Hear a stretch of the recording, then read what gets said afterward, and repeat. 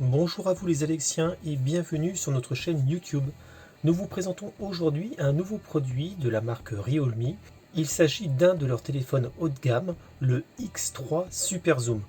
C'est un téléphone qui fait 16,4 cm de longueur, 7,6 de largeur pour une épaisseur de 9,3 mm qui inclut les objectifs à l'arrière du téléphone.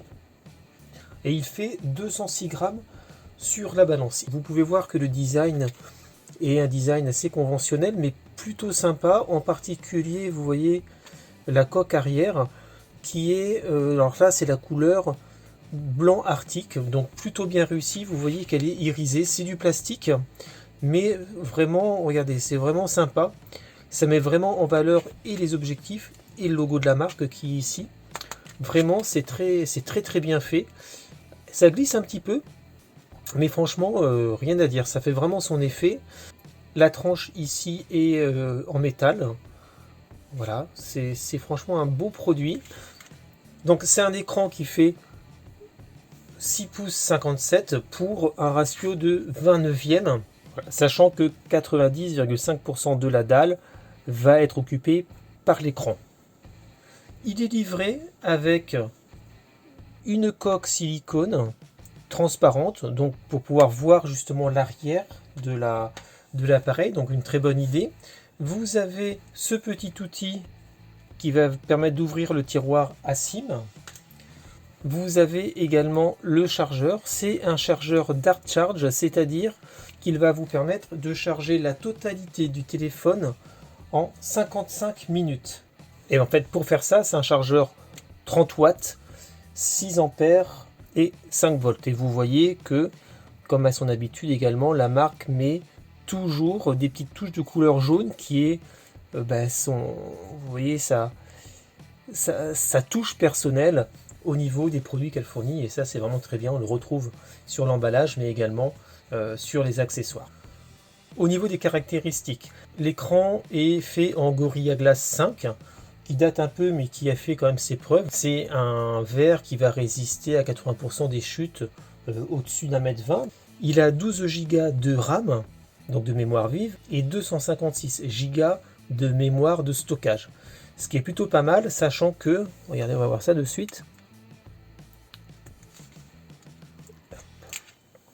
Il est mono SIM et il n'y a pas d'emplacement pour pouvoir venir mettre une carte micro SD supplémentaire. Vous n'allez pas pouvoir étendre la mémoire du téléphone.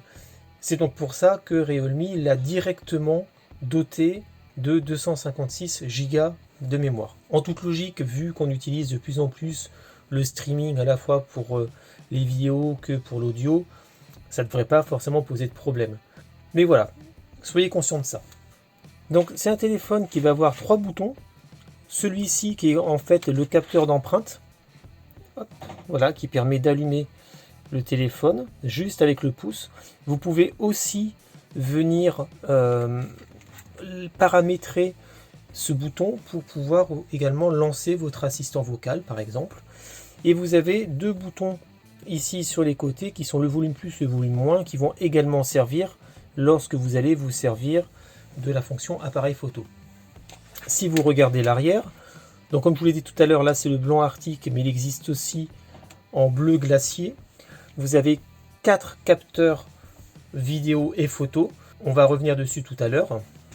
Alors que sur l'avant, ici, vous voyez, vous en avez 2.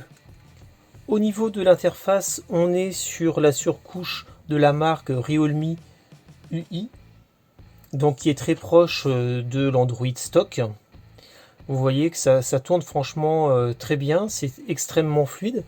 Vous avez également là pas mal de raccourcis que vous pouvez venir modifier. Vous voyez qu'il prend en charge également le Dolby Atmos avec certains films et certaines musiques. Hop. Si vous allez dans les paramètres, vous retrouvez vraiment quelque chose qui est proche de l'Android stock. Donc vraiment rien à dire dessus. Si vous montez, vous avez toutes les applications et vous voyez que c'est vraiment très rapide. Il n'y a vraiment rien à dire là-dessus. Il est également doté d'une batterie de 4200 mAh. Donc c'est une batterie qui va lui permettre de tenir 350 heures en veille, ce qui fait plus de 14 jours. Après, effectivement, en fonction de votre utilisation, vous allez pouvoir tenir la journée sans trop de problèmes. Si vous allez surtout sur Internet, écouter un petit peu de la musique. En utilisation un peu plus intensive, vous êtes plutôt sur 14 heures d'utilisation. Si vous faites que de la vidéo, là vous serez à peu près à 7 heures. Lors de nos tests, en fait, où on a fait pas mal de jeux également dessus, au bout de 5 heures non-stop, il fallait quand même penser à le recharger. Pour les vidéos, 7 heures, ça se tient également. Pour la musique, on va être plutôt sur du 17 heures. Ça aurait pu être un peu mieux, mais il ne faut pas oublier qu'il se charge en à peine 1 heure également. Donc il n'y a vraiment pas grand chose à dire quand même malgré tout. Il fonctionne en 2G, 3G, 4G et 4G+, il ne prend pas en compte la 5G. Il va également pouvoir se connecter au réseau Wi-Fi 5 seulement, il n'y a pas de Wi-Fi 6, mais c'est un biband de 2,4 et 5 GHz. Bien entendu, il a le GPS, alors c'est un GPS double, double fréquence, qui va pouvoir également se relier à peu près tous les réseaux, à la fois les chinois, le russe, l'européen et le japonais. Bien entendu, il est également Bluetooth 5.0, NFC, etc. Et il a aussi la reconnaissance faciale. Vous voyez, on le lève et voilà. C'est un téléphone que vous pouvez trouver à moins de 400 € sans trop de difficultés. Donc pour du haut de gamme, c'est vraiment pas cher du tout. Bien entendu, il faut faire quelques concessions pour le prix et on va y venir tout à l'heure. On va commencer nos tests par la partie son, parce qu'on se sert beaucoup des téléphones pour du streaming en particulier. Donc il prend en charge Dolby Atmos, comme vous avez pu le voir, pour tous les contenus compatibles. Il est également certifié ARS Audio, c'est-à-dire qu'il va pouvoir lire des musiques en 24 bits et 48 kHz. Il va lire les formats audio qu'on appelle LOSI, c'est-à-dire les formats avec perte, mais également les formats sans perte, comme le FLAC, le WAV, l'APE, etc. Il est également Hi-Res Audio Wireless, c'est-à-dire qu'il va également prendre en charge des codecs Bluetooth qui permettent de lire de la musique lossless, comme le LDAC de chez Sony par exemple, l'aptX HD, etc. Attention cependant, vous voyez qu'il n'a pas de prise jack. Donc ça veut dire que vous ne pourrez pas venir brancher de casque audio dessus. Il va falloir absolument passer par un casque ou des écouteurs Bluetooth. Alors c'est peut-être un mal pour un bien, je sais pas, sachant que maintenant la plupart des produits de bonne qualité sont eux aussi Hi-Res Audio Wireless. Ça vous permet vraiment de profiter d'un son d'exception parce que clairement pour les tests qu'on a fait, on est vraiment sur un excellent son. Aussi bien pour la partie musique que pour la partie vidéo. Pour la partie musique d'ailleurs, il prend en charge l'Ultra HD que vous pouvez avoir sur Amazon Music par exemple. Alors il a également ici un haut-parleur. C'est parfois le parent pauvre, ce haut-parleur. C'est toujours quelque chose qui n'est pas terrible, assez métallique en termes de son. Là, pour le coup, il est plutôt pas mal. Il a un bon rendu. Il est assez puissant. Si vous voulez regarder une vidéo chez vous tranquille sans mettre de casque, vous pouvez tout à fait faire sortir le son par ici. Il n'y a absolument aucun problème. Par contre, de là à écouter de la musique dans une pièce entière, ça ira pas. Ça sera pas assez puissant, mais en tout cas, il est plutôt bien. La qualité audio est vraiment très très bonne, clairement elle est excellente, avec du Ultra HD en termes de musique, c'est vraiment parfait. Concernant la partie jeux et vidéo, ça va nous permettre de parler de l'écran. Pour réduire les coûts, la marque est partie sur un écran LCD, plus spécifiquement du LCD FHD+, donc du Full HD+, c'est-à-dire qu'il va pouvoir vous donner une restitution en 2040 sur 1080 et qui va traiter 16,7 millions de couleurs. Vous savez que le LCD par rapport à un écran de type OLED va avoir moins de profondeur de couleur, va être également un peu plus terne, va pas avoir des noirs vraiment profonds et il gère parfois un peu mal les dégradés de couleur. La seule moyen d'éviter ça, c'est d'essayer d'avoir une fréquence de rafraîchissement plutôt rapide et là c'est ce qu'a fait Realme en cadençant son écran à 120 Hz et clairement le rendu est vraiment très très bon. Pour un écran LCD, on a vraiment une excellente qualité d'image. Vous entendez également le son qui est quand même vraiment pas mal, comme je vous disais tout à l'heure.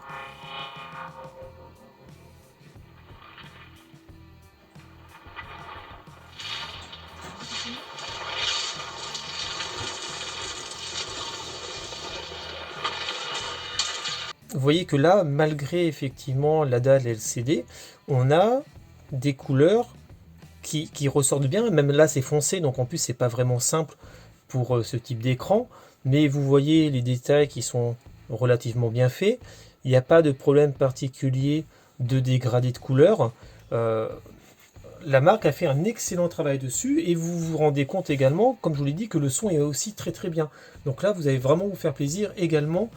Concernant la partie jeu, le téléphone a été dès le début pensé pour ça, parce que en fait, il a été équipé d'un processeur haut de gamme dédié au jeu, qui est le Qualcomm Snapdragon 855 Plus. C'est un SoC, un système on a chip, qui date de juillet 2019, mais qui fait encore tout à fait le job. Il est cadencé à 2,96 GHz et c'est un octocore.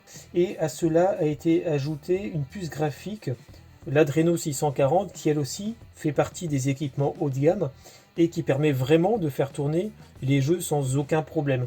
Pour éviter justement que ça ne chauffe trop, il y a aussi un système de refroidissement par liquide qui marche plutôt bien, même si on se rend compte que au bout d'un moment, après plusieurs dizaines de minutes de jeu, il a tendance à chauffer un peu, mais rien de méchant. Si vous rajoutez à ça en plus qu'il y a 12 Go de RAM, qui est une RAM particulière, qui est la LPDDR4X, c'est-à-dire qui est bien plus rapide que la mémoire standard. Des jeux très gourmands ne lui posent absolument aucun souci, même si vous avez des applications derrière. Regardez, on va faire un essai.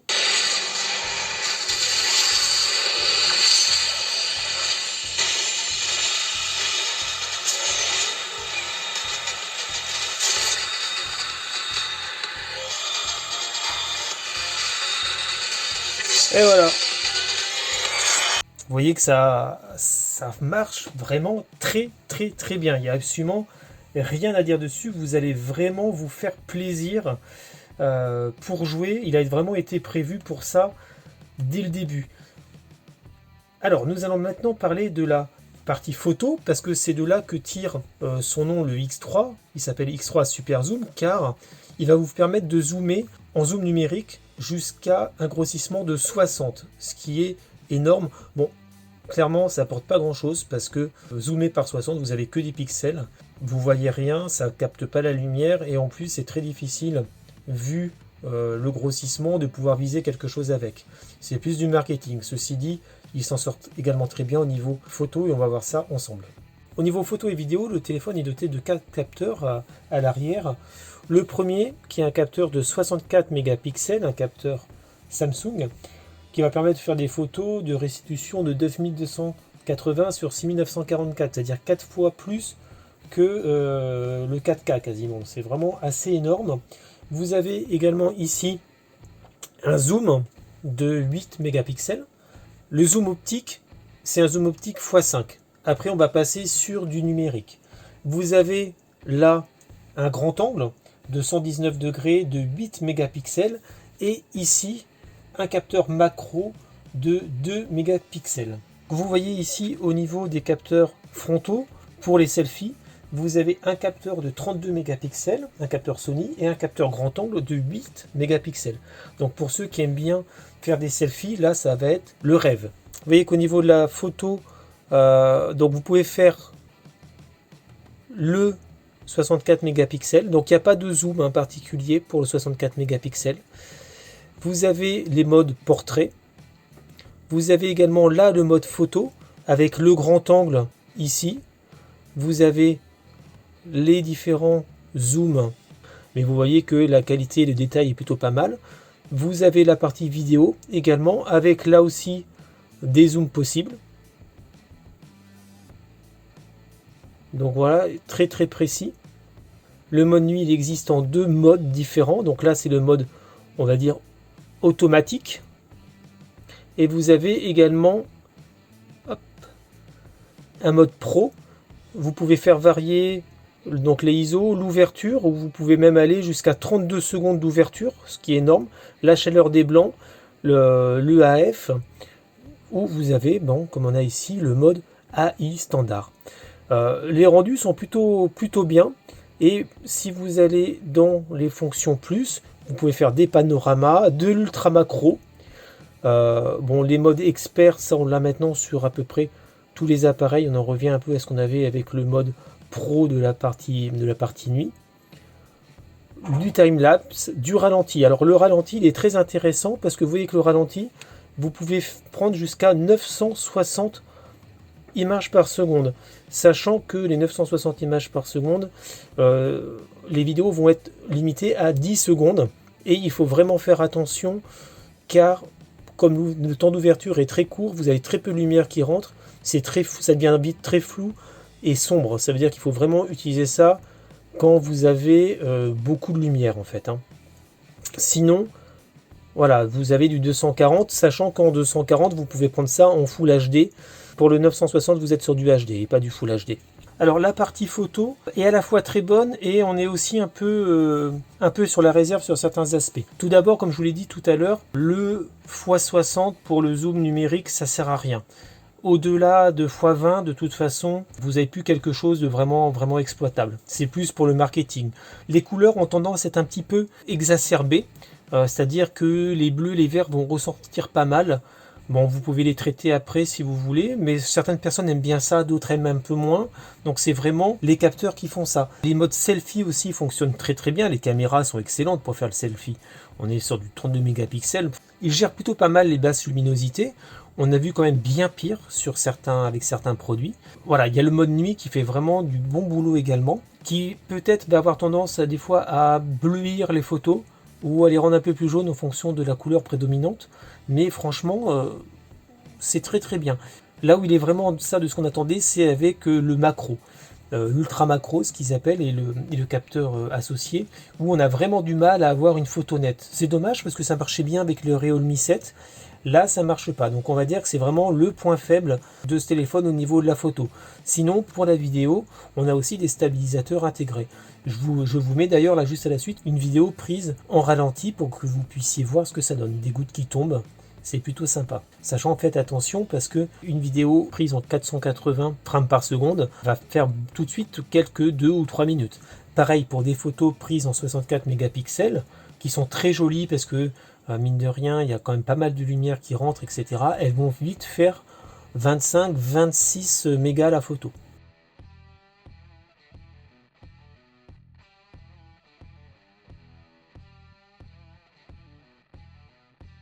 En conclusion, que dire sur ce téléphone haut de gamme de la marque Realme? Eh bien, tout d'abord que, comme ça avait été le cas avec le Realme 7, on a été vraiment grandement surpris parce que c'est un téléphone haut de gamme, d'accord, mais qui est vendu à moins de 400 euros. Vous pouvez le trouver à 385 euros hors promotion sur Internet, ce qui est vraiment, pour ce type de téléphone-là, pas cher du tout. Même à 400 euros ou un peu plus, on est sur un téléphone moyen de gamme dans certaines marques. Donc franchement, il n'y a rien à dire. On a vraiment un téléphone qui mise vraiment sur ce segment-là. On a 12 Go de RAM, 256 Go de mémoire, on a la RS audio et vidéo, un écran, ok, c'est un LCD Full HD+, mais qui est cadencé à 120 Hz, donc ce qui permet vraiment d'avoir une très bonne qualité qui fait presque oublier qu'on n'a pas un écran OLED. On a un processeur haut de gamme avec le Snapdragon 855+, qui permet vraiment de faire tourner des jeux sans aucun problème. Vous avez pu voir là sur le jeu Asphalt 9, mais c'est pareil pour Call of Duty Mobile Edition. C'est un téléphone qui est d'un rapport qualité-prix excellent. Enfin, c'est vraiment bluffant. Alors effectivement, il faut faire quelques petites concessions. Ça veut dire que vous ne pourrez pas augmenter la mémoire de votre téléphone. Il est bloqué sur 256 Go. Si vous prenez beaucoup de photos, beaucoup de vidéos et que vous les stockez sur le téléphone, ça peut effectivement vous gêner. Si par contre vous faites beaucoup plus de streaming ou si vous utilisez des clouds pour pouvoir stocker vos images, là il n'y a aucun problème. La batterie aurait mérité également d'être un petit peu plus puissante parce que ça tient la journée, mais si vous avez une utilisation un peu plus intense, ça va être difficile, même si il se charge en à peine 1 heure. Ça, c'est quand même remarquable. Il n'y a pas de sortie audio jack 3.5. Ça, effectivement, ça peut être un problème pour certains. Et le mode macro est vraiment décevant. Après, le son est excellent. Même le son des haut-parleurs que vous avez ici, qui en général sont vraiment les parents pauvres de ce type de téléphone, sont vraiment très bien.